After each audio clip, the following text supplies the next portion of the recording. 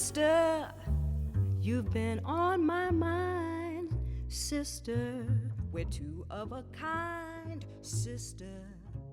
I'm keeping my eye on you. I bet you. Hello and welcome.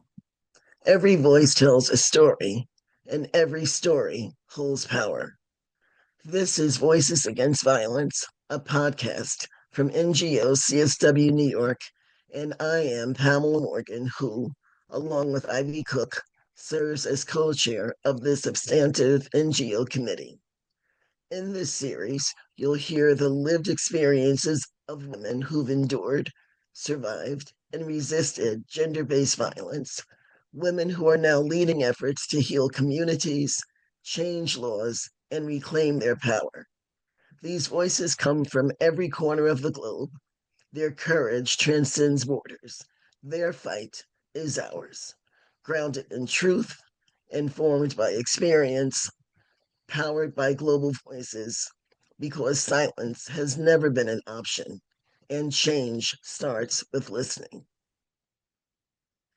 Gender based violence is not confined to one region, one culture, or one system. It's a global crisis with deeply local consequences. On May 22nd, 2025, at the UN General Council High Level Open Debate on the Protection of Civilians in Armed Conflict, UN Secretary General and UN Women Executive Director Sima Bauhaus stated that today, over 612 million women and girls are living in conflict zones. That is not just a number. It should be a call to action for all of us. In war, women and girls are not just caught in the crossfire. They, their bodies, their health, their choices, and their voices are actively targeted.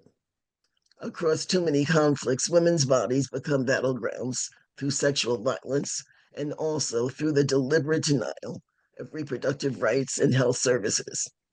Undersecretary House certainly paints a bleak picture. In order to understand what this looks like on the ground, we have with us Dr. Suad Musa, an author, scholar, and community organizer from Darfur, Sudan, who's been leading interventions for over a decade. Dr. Suad Musa is the co founder and director of the Gender Center for Peace Building and Sustainable Development, based in Al Fasher, Darfur, Sudan, which works with war affected, internally displaced persons, and where she and her team have developed survivor centered programs, advocacy for political participation, and youth outreach efforts. Welcome, Dr. Musa.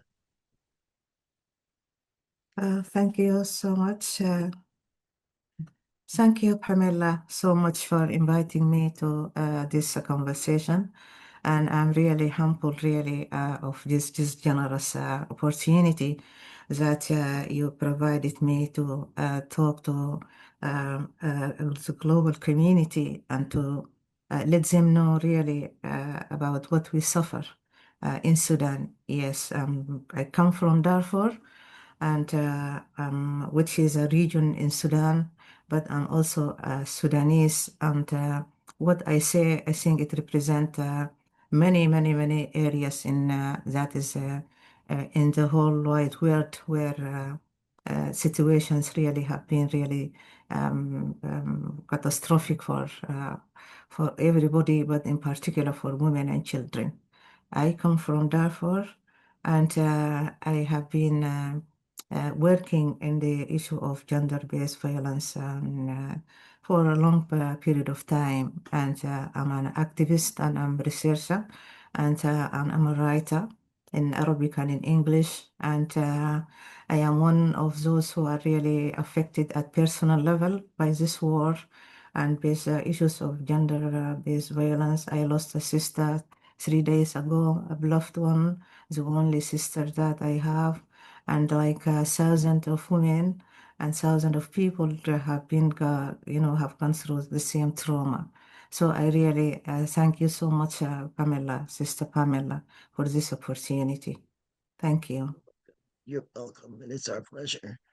Can you tell us, being involved in this work, And what are some specific challenges women in your community face when confronting gender-based violence? Okay, thank you, Pamela.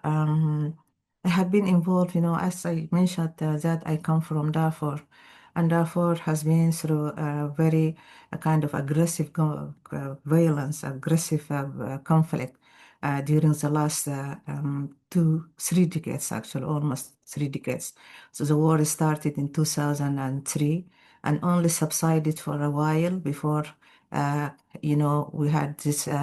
Uprising, revolutionary uprising in Sudan, which toppled the Islamist regime in Khartoum, and then we had the transitional government, put in place. But that transitional government also gone through many challenges and difficulties and then in the end, it was again overthrown by a military coup, and now we have this military coup de facto regime in Khartoum, and the war started again. So going back to my work in 2003, we have experienced really in Darfur the most aggressive kind of violence against women during this war. Thousands of women and girls as little as 5 years old were raped, and they were in the international community were involved at the UN level, UN agencies, at international organizations, and other groups. They were all involved, and they were all aware about actually what was going on in Darfur. Many reports, actually hundreds or thousands of reports, were prepared about the situation. Unfortunately, none of these had, have made any kind of a difference in terms of the gender violence in Darfur, and even at the state level, there was no any kind of sincere attempts, to address women issues because we also understand that women issues is always something not considered seriously by the politicians, and it is just something left for women to do about it. And women, because they don't have power that can influence political decisions, because they all the time or most of the time they are often not part of this influential cabinets that they can make any kind of changes.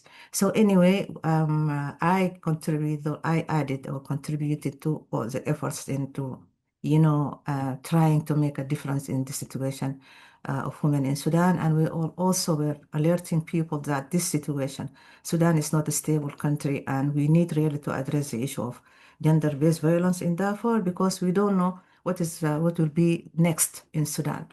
And then it happened that when we come now, this war started in 15th April 2003. Thousands, actually millions of people become displaced, more than 8 million, and become also refugees in neighboring countries. And more than half of those numbers are women. So, and then most of those women also become target for gender-based violence, all kind of it, including the heinous crime of rape. And then it's just like the whole community have become really transformed into perpetrators against women. And then as women become afraid of everything, of everybody. Women, they get raped in their houses, in the streets, while they are moving, crossing borders, while they go to offices, while they just, lying in this kitchen to receive, food from this community kitchen and everywhere. So it's just like the whole world, they become war against women. And but that also for us is not that because we don't care really about the scale of the perpetration of the violence against women, because for us it's just raping a woman, a single woman.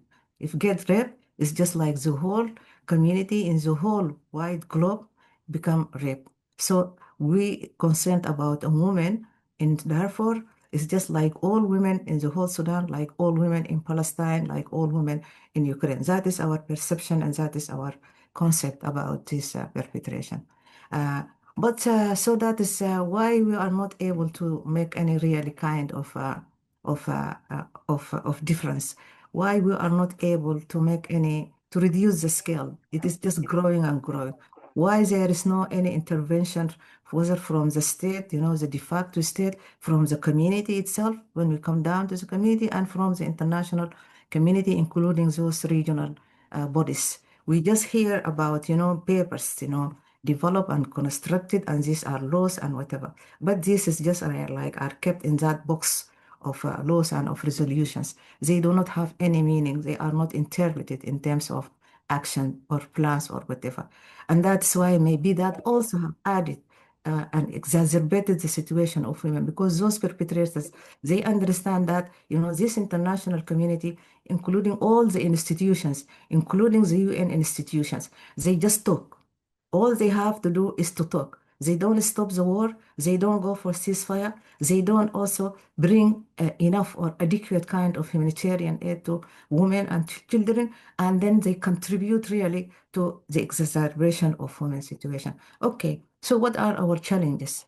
Apart, actually, what I have just mentioned is just part of the challenges. That our challenges is that we don't have that backup from the international community of all kinds.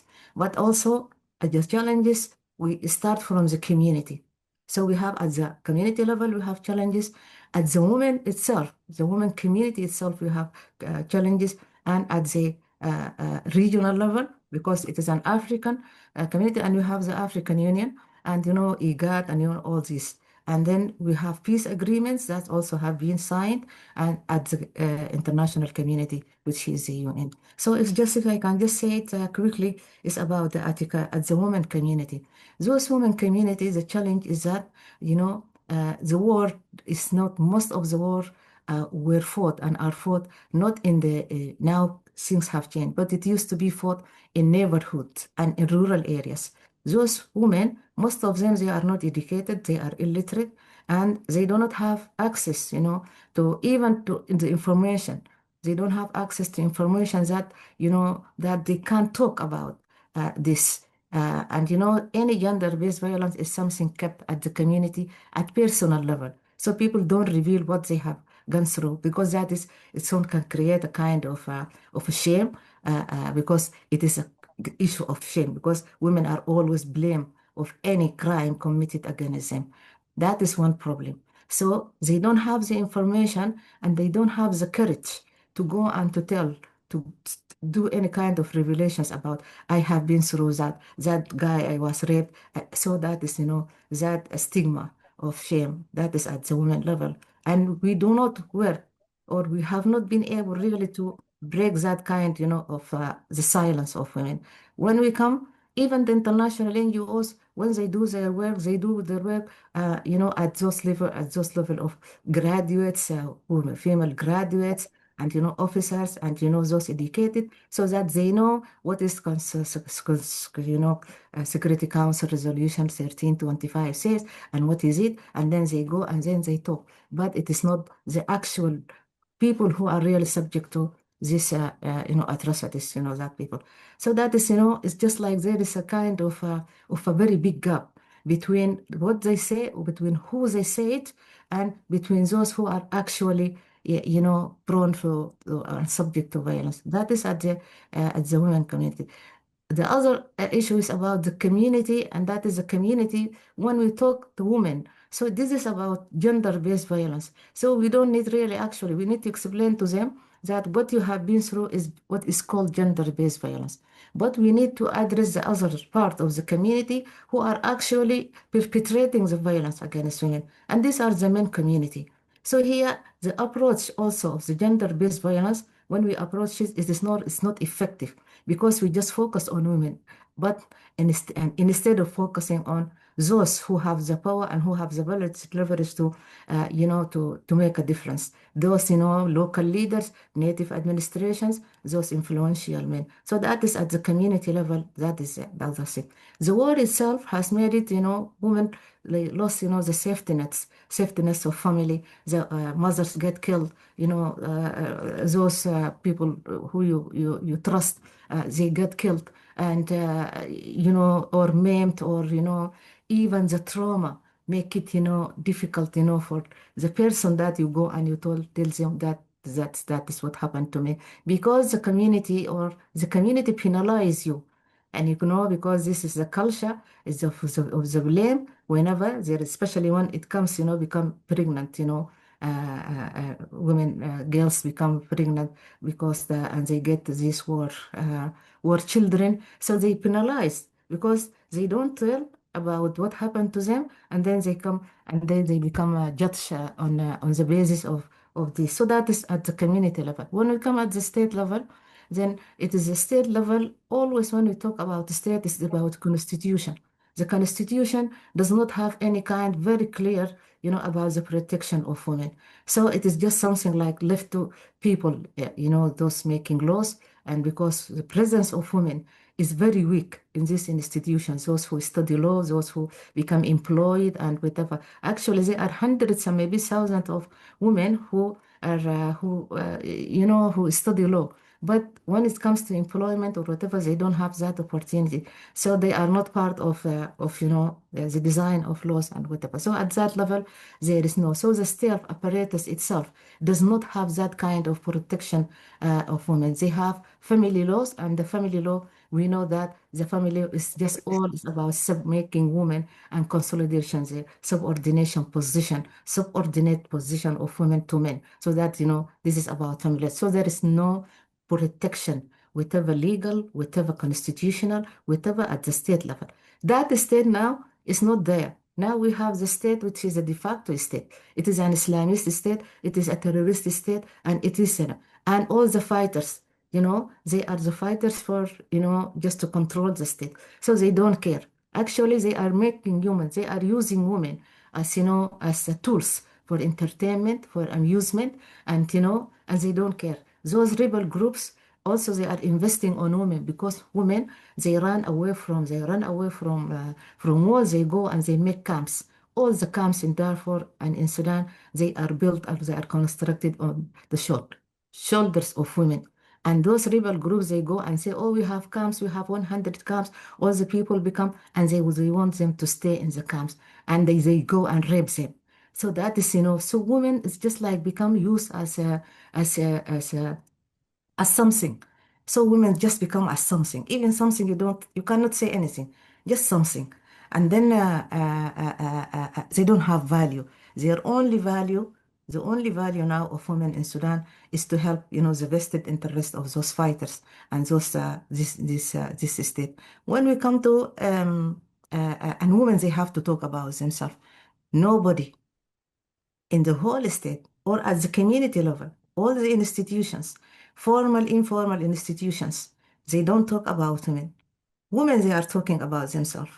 And that is really a very big gap that shouldn't be. And when we come to the international community, UN agencies, that is the main, partner that we think that they may have a leverage that, to impose things on the states. But that is a problem because that is they communicate with the state, whatever the state. It is a legal state, a democratic state, non-democratic state. They don't have any direct communication with the community so that they can empower the community and the community help the community to stand for themselves. And that state is not interested in women. They are interested in women, but it's not in the way that can help the interest. It is not for the best interest of women, but for the best stand of their own vested interest. So women they become a lost kind of a human in this old dilemma, and all the women now. So all these become challenges for us, and but still we just grasp and we just hold on to the international community and to our sisters like Sister Pamela, like Gosina, like our friends here in the UK and anywhere else, those who really understand, those who really sympathize, those who contribute by donations, those who go and talk also on behalf of us whenever they go, they open a platform for us so that we can talk and we can express ourselves. So that is, all these challenges that I can just summarize it but there are so many challenges that really needs workshops and conferences and whatever that. But this is what I can say at this moment. Thank you. Dr. Omar, thank you for that comprehensive response. And yes, we do need workshops, and we need to expand our ways of communicating with the global community. Um, Now, based on your experiences with internally displaced people in Darfur, Sudan, do you see any implications for the global community when looking at women in conflict zones? And I think a question would be, who is responsible for protecting women in conflict?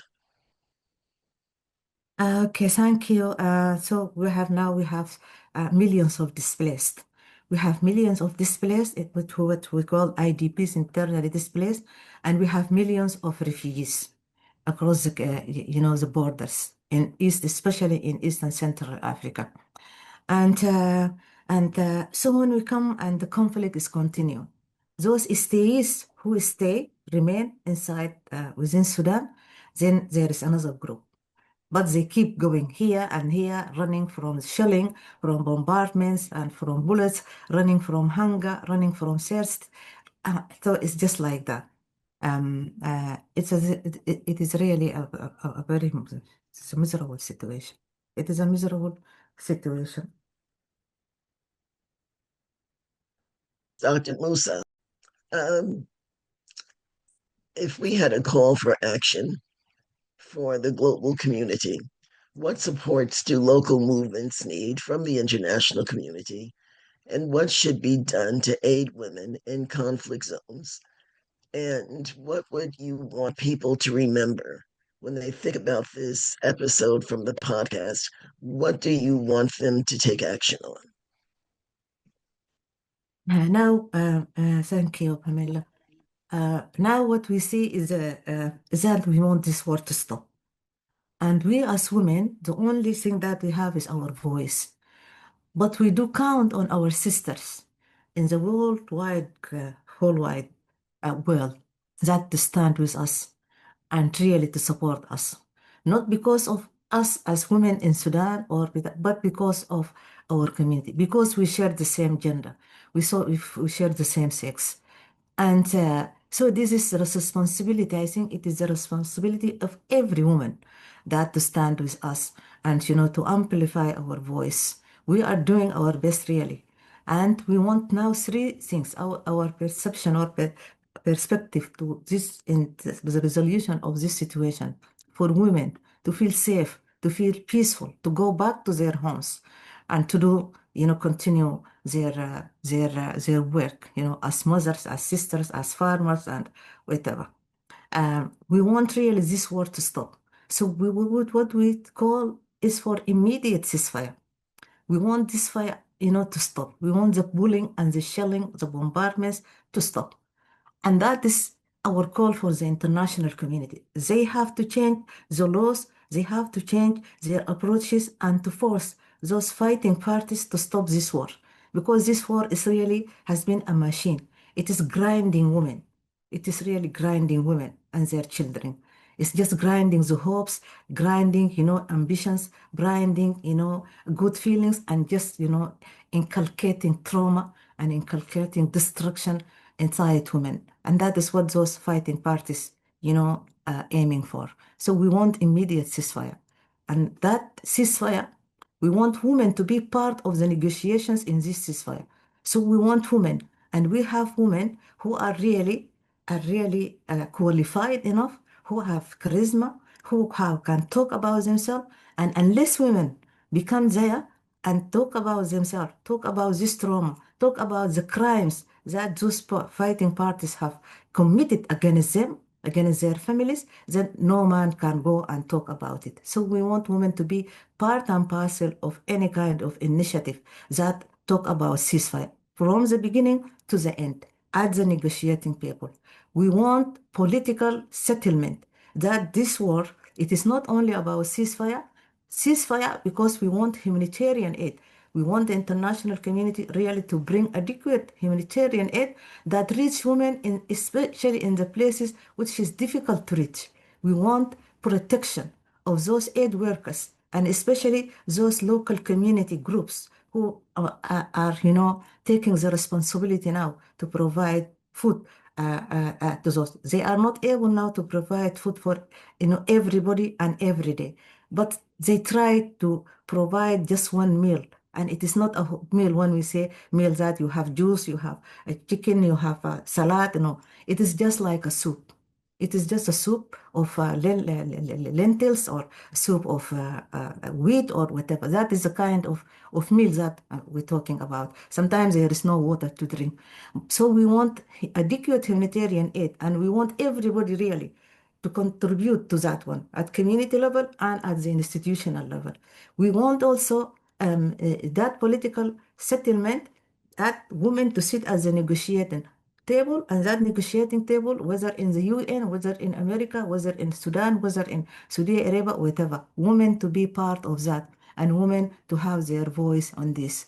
And the other thing is that we want really justice, transitional justice, and we want really accountability. So those who committed the crimes against women, they should not let go with it. Those have to be accountable of the crimes that they committed against us, committed against our mothers, committed against the community, against our children, against our girls. So these are the main areas that we really want the international community, that they have this international community to understand that every step towards the resolution of this situation, that women, they have to go, hand in gloves with any process. And that is, just to make sure that women's issues and that women voices, women perceptions have been incorporated in this and any outcomes that come to resolve to resolve the to resolve the situation. Thank you, Pamela.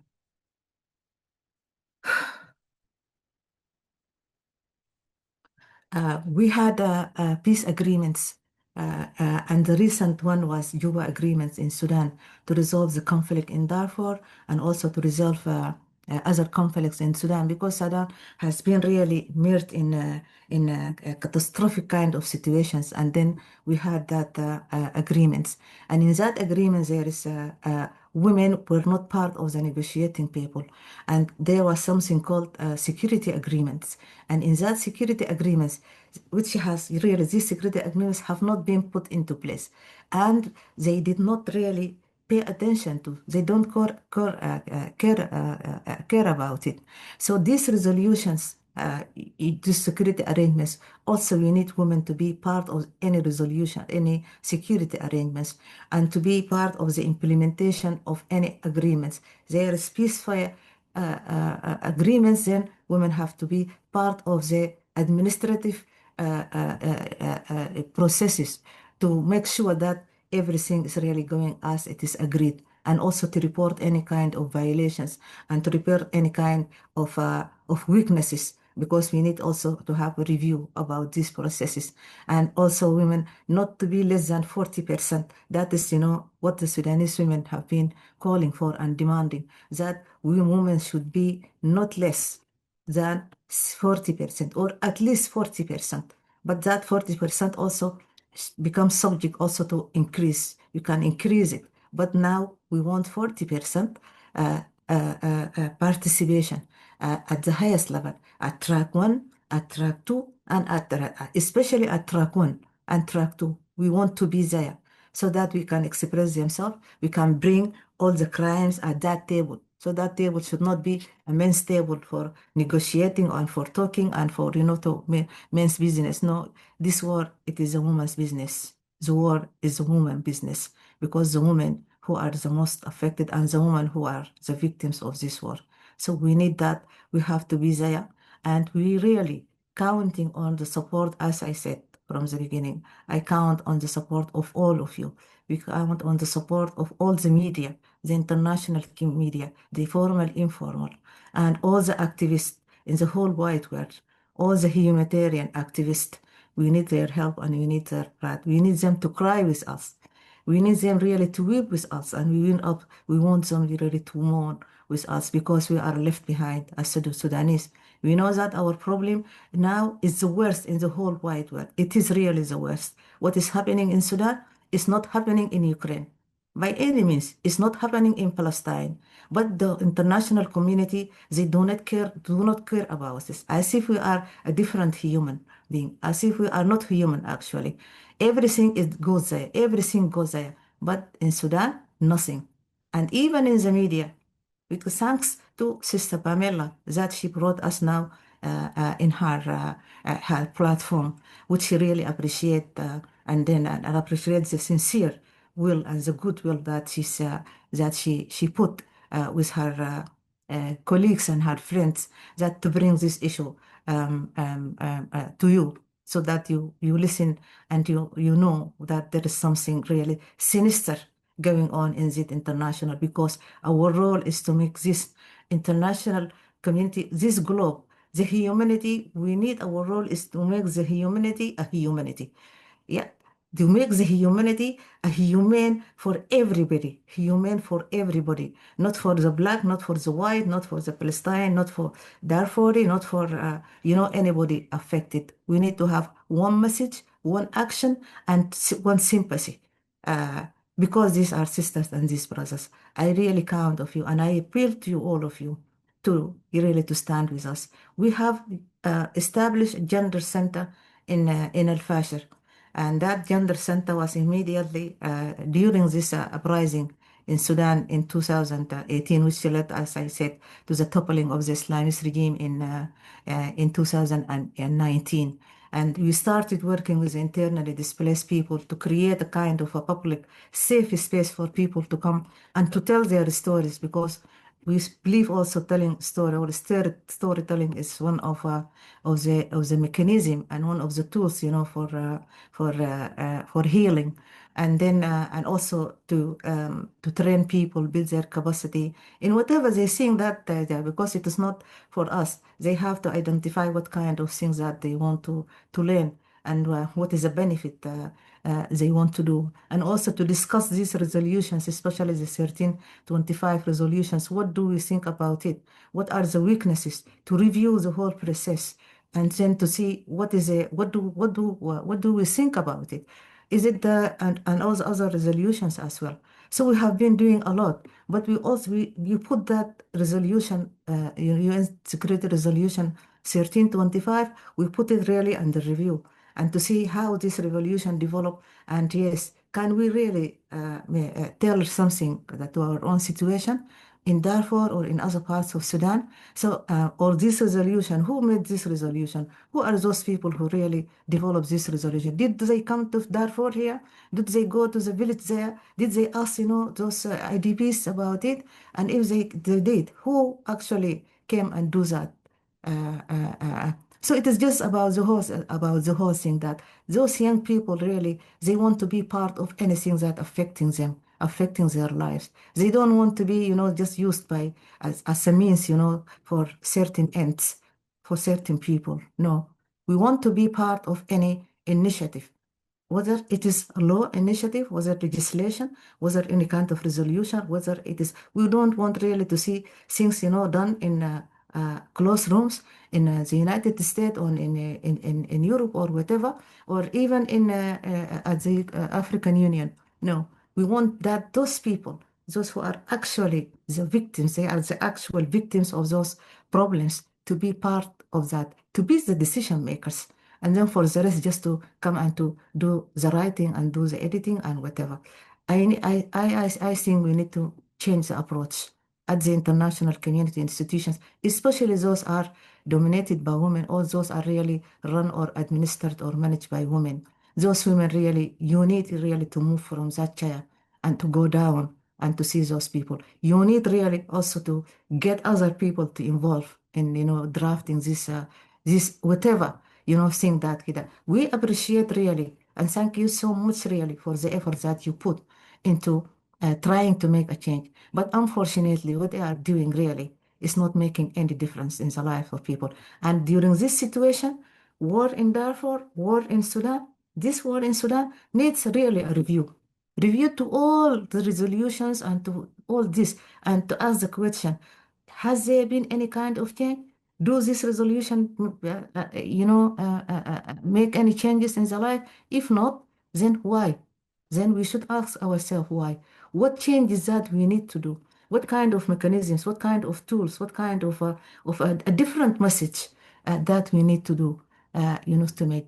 This is the kind of processes that it needs continuously to be continuously reviewed, to be continuously revisited, so that we make sure, because our target is ourself. The target is ourself. I am Suad. So when I go to Ukraine or whatever, it's not this about I go to women in Ukraine. It's just like I'm going to Suad there in Ukraine to do something for myself. It's not for the others. It's just not like men with different sexes. Yes, we are men and we are strong and let us go to see those women. When it comes to women, it's completely different image. It's completely different thinking. It is a different mindset that we go there as we go to ourselves. That is the mirror. So we just take the thing from there. And we tackle our problems that this is our own problems. It is not our problems. Those sisters are ourselves, just as our member. Unless we have that kind of representation and we don't have that of adoption of our problems, they are going nowhere, because we will just get into that trap which is created by men, and we just follow.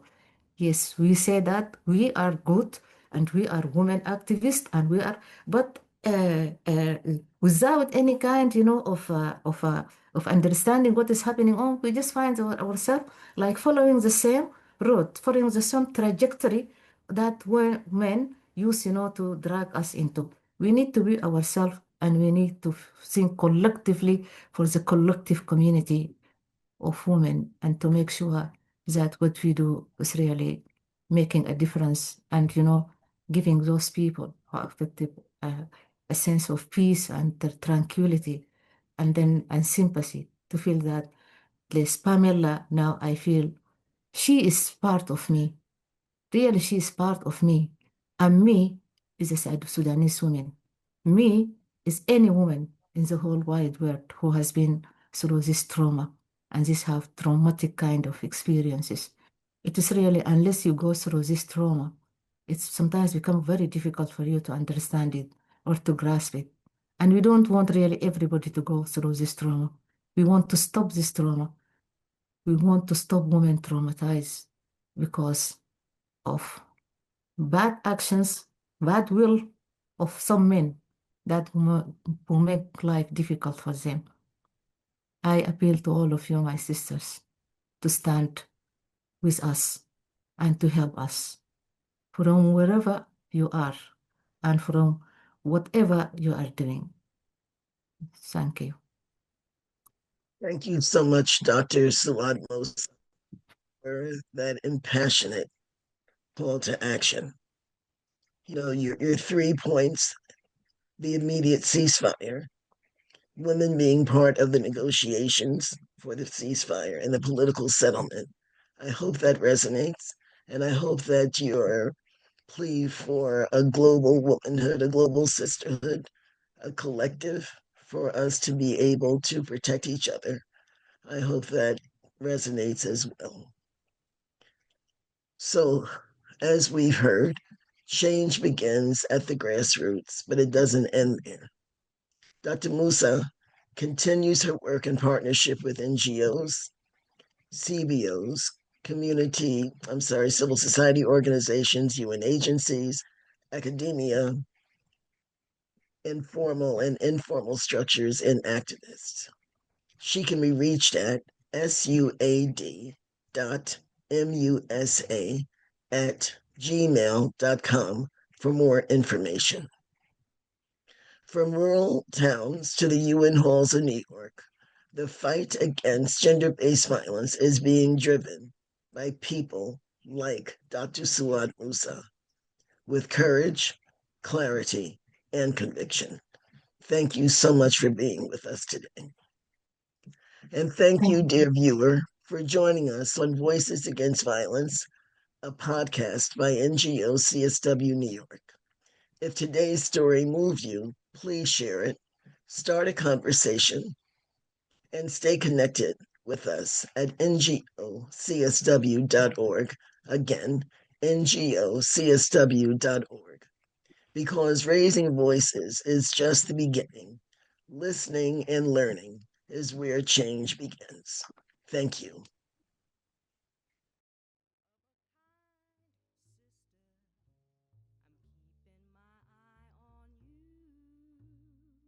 I bet you think I don't know nothing but singing the blues. Sister, have I got news for you? I'm something.